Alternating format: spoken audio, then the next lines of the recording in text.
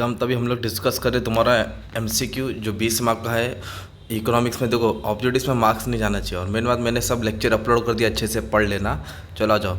Which of the following is not true of the market. तो market buyer seller को बुलाता है, nature of commodity अलग अलग, shape in technology, it is confined to place. Market आज एक place नहीं है, मार्केट ऑनलाइन भी होता है।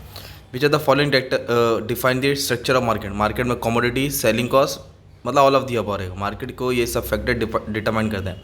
In perfect competition price of commodity same. Price क्या रहता है? सेम रहता है, याद रखना। और उसका डिमांड का कैसा बनता है? हॉरिजॉन्टल। इसलिए नीचे वाला डिमांड का आंसर हॉरिजॉन्टल है। और क्या बोला, लॉन्ग रन में सब कॉस्ट क्या होता है? वेरिएबल होता है। सब कॉस्ट क्या होता है? वेरिएबल। और इक्विलिब्रियम किधर होता है? जहाँ एमआर और एमसी क्या होता है? कट होता है, उसको बोलते हैं इक्विलिब्रियम पॉइंट। ये पॉइंट याद कर लेना है। इसके बाद बोला है कि लॉन्ग रन में मोनोपोलिस्ट क्या अर्न करता है? Super normal profit. Super normal profit मतलब रेवेन्यू ज़्यादा रहेगा कॉस्ट से। Firm and industries same. Monopoly में फर्म और इंडस्ट्री सेम होता है।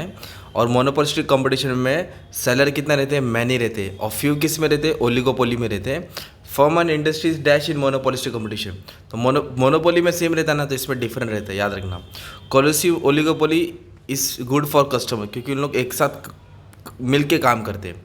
Decision making under oligopoly is depend on other rivalry, दुश्मन। प्राइस डिस्क्रिमिनेशन का मतलब होता है charging different price to the different buyers आएगा, ओके। और प्राइस डिस्क्रिमिनेशन वाला आंसर आईएमपी एग्जाम में आने वाला है, पढ़ के रखना है। फर्स्ट डिग्री का मतलब होता है each customer charge different price, okay. Price discrimination में फर्स्ट डिग्री में मतलब एक ही प्राइस, अलग अलग प्राइस चार्ज करेगा फॉर सेम कमोडिटी। और मार्जिनल कॉस्ट प्राइसिंग कौन फॉलो करता है? Public sector, government company.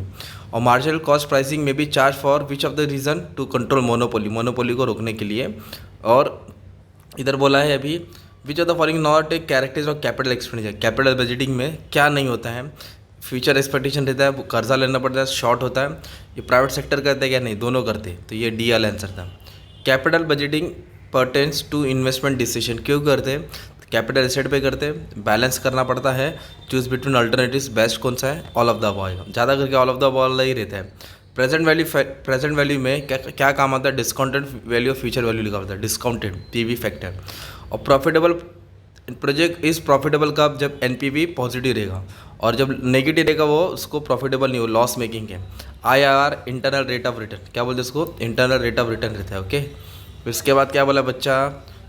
According to IR method capital budgeting project will be accepted. कोई भी प्रोजेक्ट कब ऐसा रहेगा? जब ग्रेटर देन रहेगा, क्या रहेगा? ज़्यादा रहेगा। अब ये ट्रू ऑफ फॉल्स है बच्चा। ये ट्रू ऑफ फॉल्स का तुम लोग क्या कर लो? स्क्रीनशॉट ले लो। ये ट्रू ऑफ फॉल्स है, इसका तुम लोग स्क्रीनशॉट ले लो और रीड करके समझ लेना क्या है। और बाकी और भी एक पेपर मैंने सॉल्व कर देता तुम्हारे लिए, तो उसमें ऑब्जेक्टिव्स मिल जाएगा तुम्हारे लिए।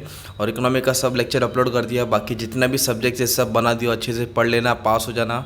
बस सब पालो, केटी मत पालो बच्चे लोग। ऑल क्लियर हो गया है, तुमको एसवाई में जाने का है। जितना हो सकता है उतना मैंने हेल्प कर दिया, बस यही बोलने का था। Thank you very much and all the best for exam.